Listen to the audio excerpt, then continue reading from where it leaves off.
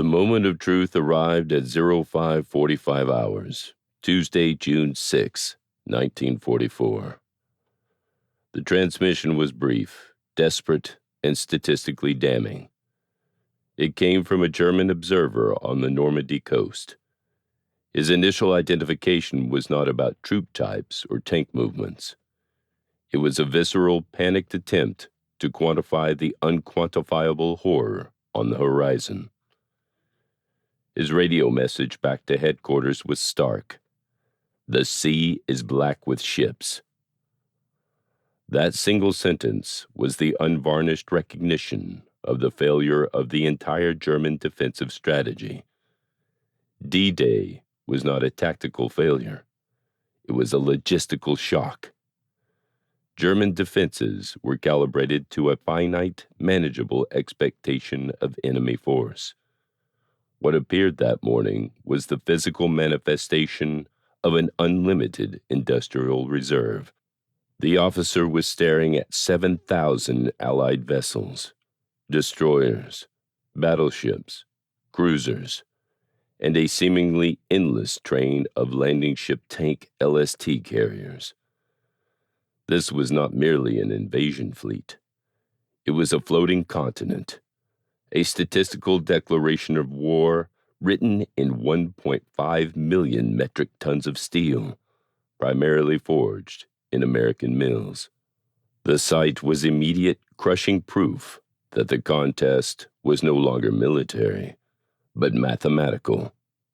From the concrete bunkers of the Atlantic Wall, the German soldiers saw the final, overwhelming conclusion of a war lost years prior on the drawing boards of Detroit and Pittsburgh. The force sailing toward them was built upon an unlimited, decentralized industrial reserve. The German system, built on specialized manufacturing, had to fight a war against a force capable of fielding the largest naval fleet in history, merely to deliver the opening salvo. The story of D-Day from the German perspective is the story of a military doctrine dissolving under the weight of unlimited industrial attrition. We analyze the statistical collapse through the forensic reports, the baffled radio intercepts, and the strategic paralysis suffered by the German High Command. The German pre-invasion mindset was a catastrophic blend of arrogance and strategic misallocation. The official doctrine was simple. The war would be won or lost on the beaches. The defense was the Atlantic Wall, a monumental propaganda project that concealed a logistical disaster. Field Marshal Erwin Rommel, commander of Army Group B, knew the wall was a lie. While Nazi radio broadcast images of impregnable concrete, the reality was a thinly stretched, incomplete patchwork defense. Of the coastal divisions, only a fraction were elite combat units. The majority were static, low-quality divisions, designated 700s and 900s. They were often filled with older soldiers, men recovering from Eastern Front wounds, and conscripted Osttruppen, Eastern troops with questionable loyalty. The material inputs reflected this mediocrity. While the fixed gun batteries used impressive calibers, the mobility and communications required to link the defenses were fundamentally lacking. The German system prioritized heavy, specialized static positions over flexible mobile response. The critical failure was the success of Operation Fortitude, the monumental Allied deception plan. German intelligence, specifically through the delusion of Adolf Hitler, remained utterly convinced that the main attack would land at the Pas de Calais, the narrowest point of the English Channel. This fixation led to the catastrophic misallocation of the German reserve. The powerful 15th Army, composed of 19 full-strength divisions, including armored components, remained completely stationary in the Pas de Calais, They were effectively quarantined out of the battle entirely. The defense of Normandy, by contrast, was left to the vulnerable Seventh Army, a critical force disparity the German command structure refused to address until it was far too late. Rommel was the only high-ranking officer who understood the true nature of the coming threat. The Allies would achieve air superiority instantly, making mobility impossible. Therefore, the battle had to be won on the beaches. His desperate last-minute attempts to fortify the invasion zone were frantic and inadequately funded. He focused on the low-tech, high-impact barrier known as Rommel's asparagus, anti-glider poles, concrete tetrahedrons, and lethal beach mines. The raw numbers are staggering. Rommel had hoped to lay 50 million mines along the French coast by D-Day. They had managed less than 7 million. Even this massive minefield, however, proved statistically manageable for the overwhelming specialized forces the Allies were about to deploy.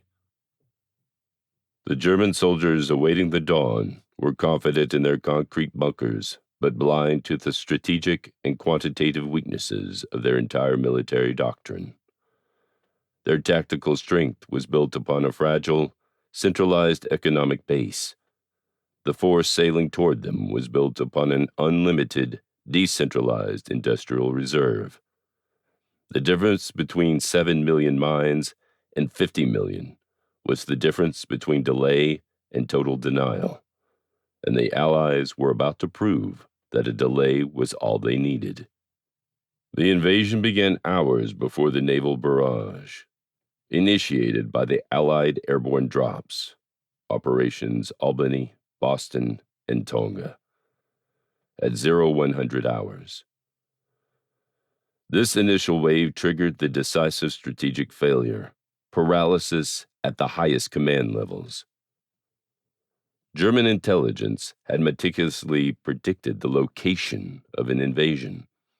Normandy was always a possibility, but they had failed to predict the method and the scale of Allied deception.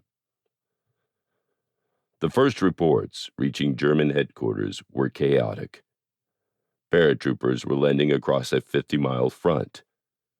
Were these isolated sabotage squads, or the vanguard of the main assault? The German High Command suffered from an immediate, critical inability to distinguish between diversion and reality.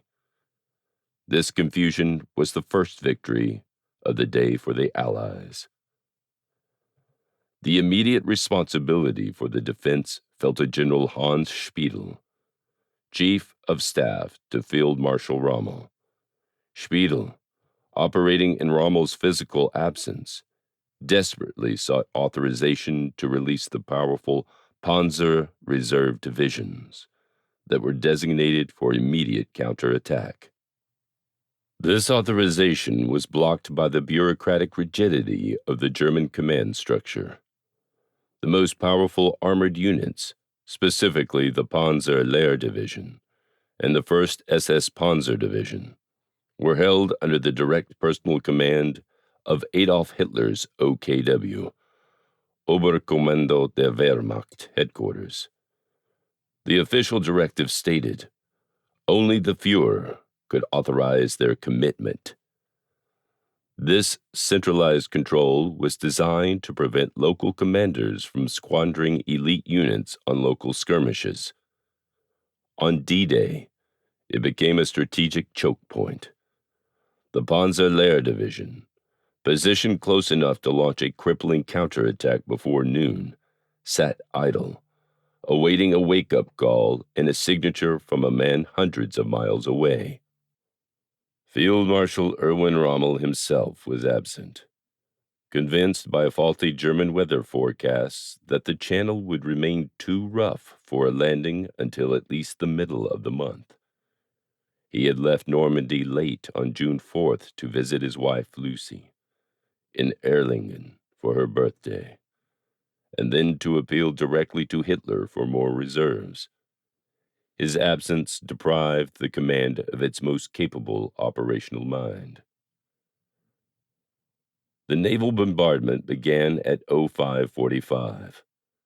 The sheer volume of the fire finally confirmed the Allied intent, but the paralysis persisted.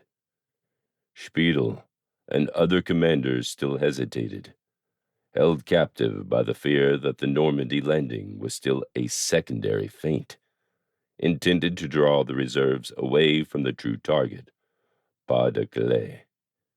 The successful deception of Operation Fortitude continued to win the battle hours after the landing craft hit the sand. The delayed response was measured in lost hours that the Allies desperately needed. The critical command failure occurred between 0200 and 1000 hours. Finally, facing overwhelming evidence, the request for the release of the Panzer Reserve was submitted up the chain. Hitler, having taken a sleeping draught, was not awakened by his aides until after 1000 hours. The critical order releasing the Panzer Lehr and the 12th SS Panzer Division was not issued until 1430 hours, nearly 10 hours after the main landings began. These 10 hours were the entire margin of the Allied operation. The delay ensured that when the elite German tanks finally moved, they did so in daylight, straight into the teeth of overwhelming Allied air superiority. The bureaucratic rigidity of the Nazi system, the need for a single centralized signature, provided the Allies with the critical window necessary to consolidate their beachhead, a delay that proved fatal to the entire German defensive strategy. The moment the naval bombardment began at 0545 hours, the German defenders received the first undeniable proof of Allied industrial supremacy. This was not a clash of infantry. It was the ultimate confrontation between the German concept of static defense and the Allied concept of unlimited mobile firepower. The sheer scale was the primary weapon. German intelligence estimated the invasion force would comprise perhaps 1,000 to 1,500 ships. The reality was the assembly of 7,000 Allied vessels, a fleet so vast it strained the German tactical vocabulary. Commanders reporting to the 7th Army struggled to describe the horizon, using phrases like endless stream and solid wall. This fleet was the culmination of the American shipbuilding miracle analyzed in our previous work. It included 6 British and American battleships and 23 cruisers, all positioned to deliver a continuous, calibrated firestorm. Considered the contrast in weaponry.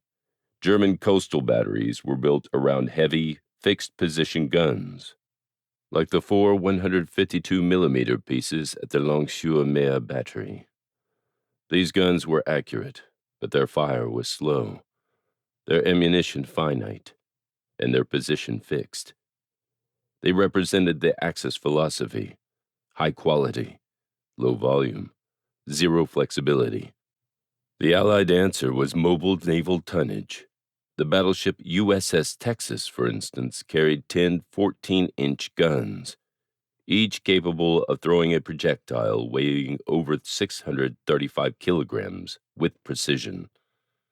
Crucially, the ship was a moving target with an effectively limitless supply of shells, backed by the entire U.S. industrial base. The German fixed position was a strategic liability against such volume and mobility. The landing wave itself delivered the next shock of scale. The fleet included over 4,100 specialized landing craft, ranging from LCAs, landing craft assault, to the giant LSTs, landing ship tank. The LSTs were the forensic proof of the Kaiser shipbuilding doctrine, capable of delivering a full complement of tanks, artillery, and hundreds of troops directly onto the beach. German coastal artillery observers, staring through their rangefinders, registered the impossible density of the target zone. The Allies had successfully marshaled 5 entire invasion armies, over 150,000 men, and positioned them to hit 5 beach zones simultaneously across 50 miles of coastline. The massive preliminary naval bombardment was the mechanism by which industrial volume was converted directly into strategic advantage. Its goal was not merely to destroy the German bunkers, but to pulverize the beachhead defenses, sever communications, and suppress the German will to fight. The German defenders, hunkered down in concrete, felt the ground shake with the thunder of shells launched from miles away, their trajectory precisely calculated by advanced fire control systems.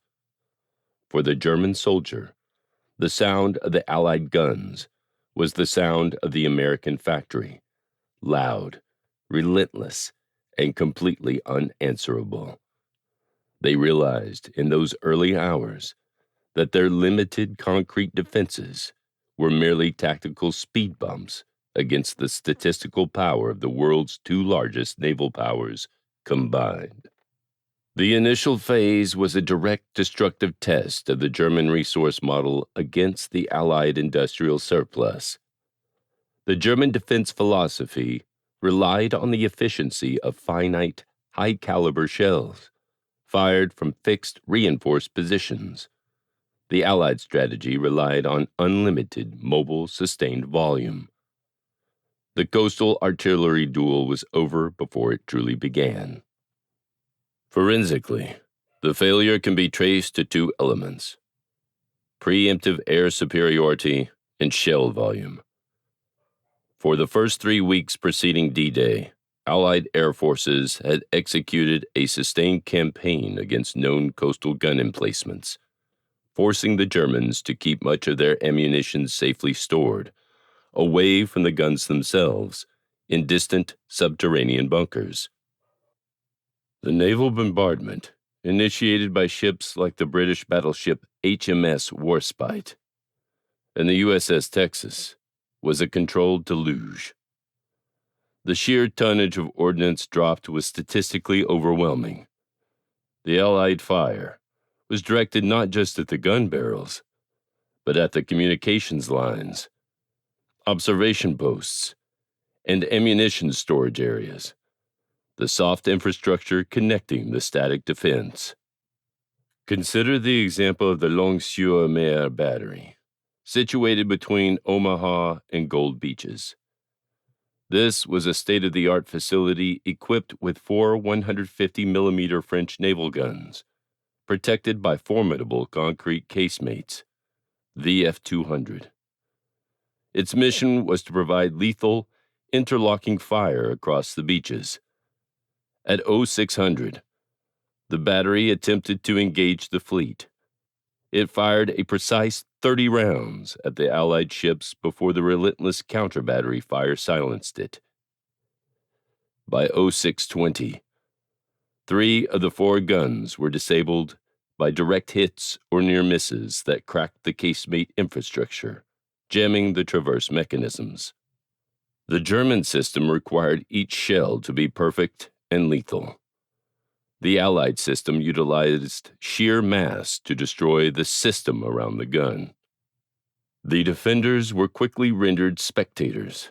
While German gunners possessed lethal accuracy when they could fire, they were constrained by their ammunition stocks and the vulnerability of their forward observation posts. The moment Allied shells destroyed the external FUMO-214 radar sites and the armored fire control shelters, the German guns became effectively blind, reduced to firing sporadic, unaimed rounds. The German 716th Infantry Division, reports from Omaha Beach confirmed this paralysis. The few fixed 88mm anti-tank guns and 75mm field pieces that survived the initial barrage were quickly overwhelmed. Their crews found their finite stocks of specialized armor-piercing ammunition useless against the sheer number of soft-skinned landing craft, which poured forth an unending stream of American infantry and light vehicles. The final structural proof of the volume difference was the fate of the concrete. The casemates of the Atlantic Wall were designed to resist penetration, but they were not immune to cumulative concussion. The Allied barrage maintained a sustained pulse of explosive force, cracking the surrounding earth and concrete. For the German soldiers inside, the effect was not injury, but disorientation and psychological collapse, a strategic use of noise and vibration to suppress the will to fight. The result of the artillery duel was the swift, forensic destruction of German fixed defense capability. The German defenses failed because they were designed around a material scarcity that the Allied industrial machine had utterly abolished. The most immediate, comprehensive, and humiliating proof of Germany's defeat was the sky itself. D-Day was an invasion executed under conditions of absolute Allied air supremacy. The entire German war machine, built on rapid mechanized movement, was instantly rendered immobile. This paralysis was caused by the total absence of its own air cover. The numerical disparity was the first forensic datum to shock the German command structure. The German High Command maintained that the Luftwaffe would challenge the invaders with thousands of sorties. The reality was catastrophic. On June 6, 1944, the Allies flew 14,674 sorties over the invasion zone and surrounding areas. This was the unanswerable volume of aircraft production analyzed in our previous work, a tsunami of aluminum and horsepower. The Luftwaffe's response was historically pathetic. Over the entire front, the Luftwaffe managed fewer than 300 combat sorties on D-Day. Many of these flights were reconnaissance or low-level attacks quickly decimated by Allied air defenses. The operational ratio of 50-1 rendered the German Air Force a statistically irrelevant entity. This aerial vacuum had immediate crippling effects on every facet of the German defense. The primary function of the Luftwaffe should have been reconnaissance. Its total failure meant the German High Command was strategically blind. Without high-altitude photographic intelligence, they could not ascertain the true size of the fleet, the scale of the landing, or the precise location of the beachheads. Every German decision was delayed and based on chaotic, fragmented ground reports. This confusion was a direct consequence of the Allied capacity to build and field an overwhelming number of aircraft. Allied air dominance also severed German communications. Every German command post that used radio or telephone lines above ground was vulnerable. Allied fighter bombers like the P-47 Thunderbolt and the Typhoon systematically targeted military traffic, railway lines, and exposed field headquarters. General Erich Marx, commanding the 84th Army Corps, was forced to communicate crucial orders via dispatch riders and slow landlines. These lines were often found cut minutes later. This forced reliance on archaic communication methods paralyzed the rapid decision-making required for a counterattack. The air superiority issued an immediate logistical death sentence to the German armored reserves. Part 2 detailed the 9-hour delay in releasing the Panzer Lehr Division and the 12th SS Panzer Division. When these divisions finally moved, they were forced onto roads by day. They moved under a clear sky controlled entirely by the enemy. The movement became a massacre. Allied pilots termed the process ground strafing the highway system. The German military doctrine demanded that armored divisions move under the cover of darkness, The delays forced them to disregard this rule. The Typhoon, armed with four 20mm cannon and 8 RP-3 rockets, was specifically lethal to German columns. A single rocket hit on a fuel truck could stop an entire armored column for hours. The forensic evidence of this destruction lay in the wreckage. Tanks and vehicles were abandoned. They were abandoned not due to lack of fuel, yet, but due to destroyed tracks, engines, and crew compartments, meticulously targeted from the air. The German supply chain, from rail depots to divisional repair shops, was shattered before it could even reach the front line. The few Luftwaffe units remaining in France were pinned down. The Allies had executed a highly effective campaign of airfield suppression. This campaign targeted runways, fuel dumps, hangars, and most critically, mechanics and ground crews. German pilots in their elite Wolf FW-190s were often ready to fight. But their airfields were cratered, their fuel was burning, or their ground crew transport had been strafed. The American factory had produced enough bombs and aircraft to keep the German Air Force permanently grounded. The strategic consequences were unanswerable.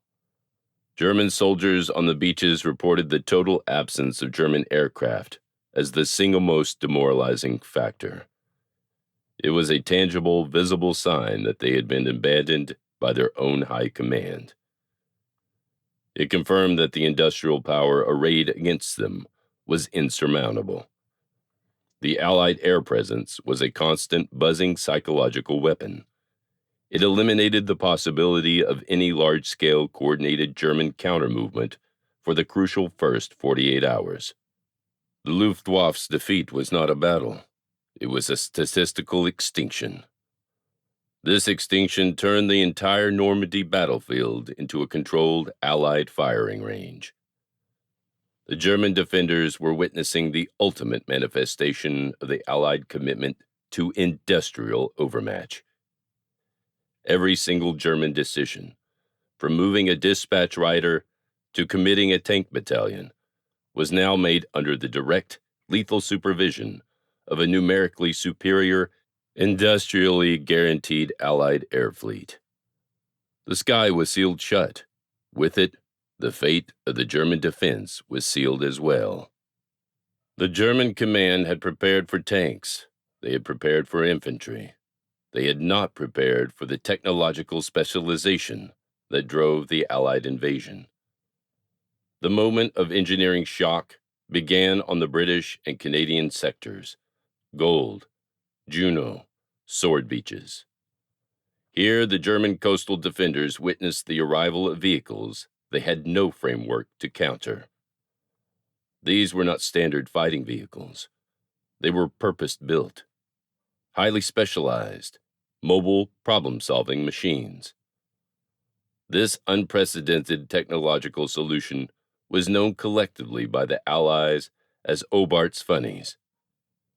They were the product of the British 79th Armored Division, commanded by Major General Percy Hobart. This division was a dedicated factory for overcoming the tactical problems the Atlantic Wall was designed to create. The German defensive philosophy was purely destructive. Build a wall, mine the beaches, sink the boats. The Allied engineering philosophy was logistical and constructive. Build a machine for every problem. The German soldier was confronted with the physical proof of superior, specialized industrial capacity. The first technological shock was the DD tank duplex drive. German intelligence correctly assessed that traditional tanks could not swim. The DD tank, a Sherman fitted with a collapsible canvas screen and twin propellers, changed the equation entirely. These Shermans were launched miles offshore, swimming toward the beaches. For the German observers, it was an impossibility. Armored vehicles emerging directly from the ocean surf. The shock was not tactical, but conceptual. The DD Shermans delivered heavy, mobile direct fire support directly onto the beach at H hour. The German static pillboxes were suddenly facing armored threats from the sea, where they expected only soft targets. The second shock was the AVRE, Armored Vehicle Royal Engineers. This vehicle was a modified Churchill tank that replaced the standard high-velocity gun with a massive, short-barreled mortar, the petard. The petard fired a 40-pound, 18-kilogram high-explosive charge known as the Flying Dustbin. This weapon was engineered specifically to obliterate concrete. Its effect against German casemates and pillboxes was devastating and immediate. German positions designed to resist standard anti-tank shells crumbled under the cumulative concussion of these massive charges. The AVRE was the final forensic proof that the Allies had dedicated specialized capital to the direct destruction of German defensive infrastructure. The third and most visually terrifying shock was the crab flail tank. Rommel had obsessed over the necessity of the beach minefields, laying thousands of teller mines and anti-personnel ordnance. The crab was the precise industrial counter-solution. The crab was a Sherman equipped with a giant rotating drum on the front. Attached to the drum were heavy chains, or flails, spinning at high velocity. These flails beat the ground, detonating mines safely ahead of the advancing column. German defenders watching from their strong points saw wide, clean lanes suddenly appear across their lethal minefields. The Germans had spent years laying complex, interlocking mine systems. The Allies spent weeks designing a single machine to nullify them instantly.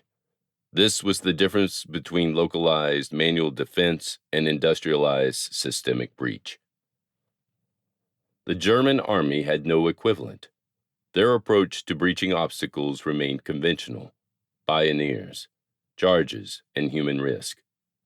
The Allied funnies represented a commitment to mechanized labor preservation, utilizing industrial output to solve engineering problems before soldiers reached them. Another critical surprise was the ARK, Armored Ramp Carrier, another Churchill modification. When a column faced a seawall, a small crater, or a ditch, the ARK would simply drive into the obstacle and drop its ramps. The tank itself became a temporary bridge. This technology directly countered the German use of anti-tank ditches and seawalls, physical obstacles that were cheap and easy for the Germans to construct, but now required a complex, dedicated, industrially produced vehicle to breach. The contrast in technological philosophy was stark. The Germans developed a few superb, highly complicated, multi-purpose fighting vehicles, like the Tiger and Panther tanks. These were difficult and slow to produce. The British and Americans focused on developing a vast range of single-purpose, specialized engineering vehicles, built upon the mass-produced, standardized Sherman and Churchill chassis. This specialization allowed the Allies to solve dozens of distinct tactical problems simultaneously. For the German soldier in the bunker, the sight of a swimming tank or a flail tank was a moment of profound psychological and technological isolation. Their static defenses, months in the making, were being dismantled by machines they had never conceived of.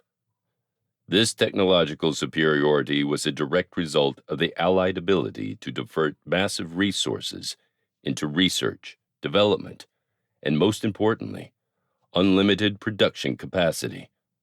The Germans had to choose between mass-producing standard tanks or specialized engineering tools. The Allies chose both, because their industrial base permitted no resource compromises. The funnies reduced the Atlantic Wall from an impregnable defense to a complicated series of mechanical puzzles, each with a prefabricated, standardized solution rolling directly off an LST. This engineering superiority was the third, unanswerable industrial hammer blow of D-Day. The German defense rested on one hope: driving the invaders back into the sea. This was not a failure of courage. It was an operational defeat dictated by Allied industrial power. The 21st Panzer Division was the primary force. Positioned southeast of Caen, it was the only armor close enough to strike on D-Day. Its mission was critical: eliminate the beachheads at Sword and Juno. The division's failure was a textbook case of logistical suicide. The first constraint was the air verdict. The order to move arrived mid-morning. This forced the panzers into open roads during broad daylight. They moved directly into the path of the Allied Tactical Air Force, TAF. The TAF utilized Typhoon and P-47 Thunderbolt fighters in relentless patrols. The Typhoons were specifically lethal. They used RP-3 rockets to target German transport. One rocket delivered the kinetic energy of a 105 millimeter shell. These strikes turned panzer columns into linear scrap. The 21st Panzer's movement was paralyzed before it could fully deploy. General Edward Feuchtinger watched his infrastructure collapse. Communications were severed. Fuel tankers and repair vehicles were incinerated. Bottlenecks exposed the remaining tanks to repeated air attacks. By 1800, the division finally reached the coast between Sword and Juno. For a brief moment, they were the only German force to touch the sea. They drove a thin wedge between the British bridgeheads. The victory was immediately nullified. They were not fighting disorganized infantry. They hit a consolidated beachhead saturated with Sherman Fireflies. The Firefly was a standard Sherman filled with the British 17-pounder gun. This weapon could penetrate the front armor of a Panther at long range. German armor was tactically superior, but the Allies fielded an industrial counterweapon in overwhelming numbers. Feuchtinger withdrew at nightfall. He had lost 54 tanks, 20% of his strength. Losses were highest in command elements and soft-skins transport. The division's long-term effectiveness was crippled. The 12th SS Panzer Division suffered an identical fate. Delayed by Hitler's authorization, they marched for 2 days under constant aerial observation. They were met with brutal saturation bombing. The paralysis of the German reserve was not a failure of doctrine. It was the result of Allied industrial volume, sealing the air and securing the logistical space. The panzers were defeated by the factories that built the aircraft and anti-tank guns that made movement suicidal. The tanks died on the road. They never reached the true battle line. By the end of June 6, 1944, the German military had received a catastrophic statistical education. The shock of the invasion revealed a cold reality. This was a war of unlimited industrial attrition. The Reich could not survive. German armored divisions confirmed the quantitative impossibility. Every Tiger or Panther was a complex asset, requiring immense chrome, molybdenum, and skilled labor. In contrast, Allied Shermans were instantly replaceable. The U.S. produced 88,000 tanks during the conflict. Germany produced 48,000. The ratio was devastating. For every German tank lost in Normandy, Allied factories produced 1.8 replacements instantly, supplemented by daily arrivals via LSTs. The psychological impact was equally paralyzing.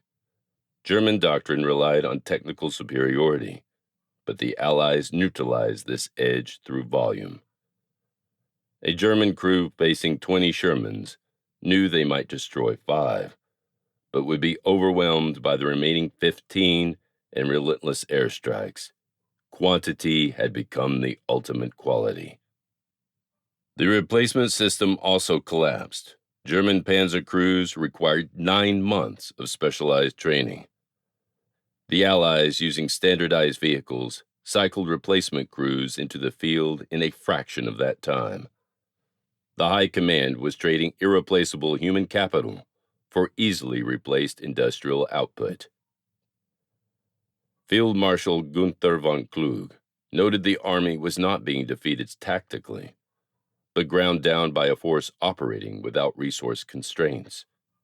Every day of defense was a strategic loss. The German system consumed finite resources that the Allies replaced threefold overnight. The German system, built for scarcity, could not process such volume. The 7,000 ships and 14,000 aircraft proved D-Day was the moment of mathematical defeat. The defenders in the bunkers finally understood. They were fighting the unbounded industrial capacity of the Western world. D-Day was the final education on the rules of modern warfare.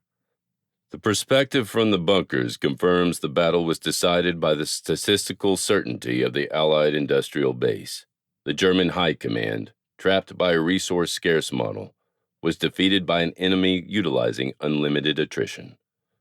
The numbers are the verdict: 7,000 ships, 14,000 sorties, and the ability to replace every asset within days. German soldiers fought the output of American and British factories, a fight they were mathematically guaranteed to lose. The ultimate error was dismissing America as a nation of consumers. When mobilized, that economy became the most volumetrically superior military asset in history. The defenders of the Atlantic Wall realized the true front line was the industrial production curve. Acknowledge the data by liking this video. Your support keeps this channel running. Which failure was more fatal, the Panzer delay or the Luftwaffe's extinction? Comment below. Thank you for watching. Thank you for demanding the whole story.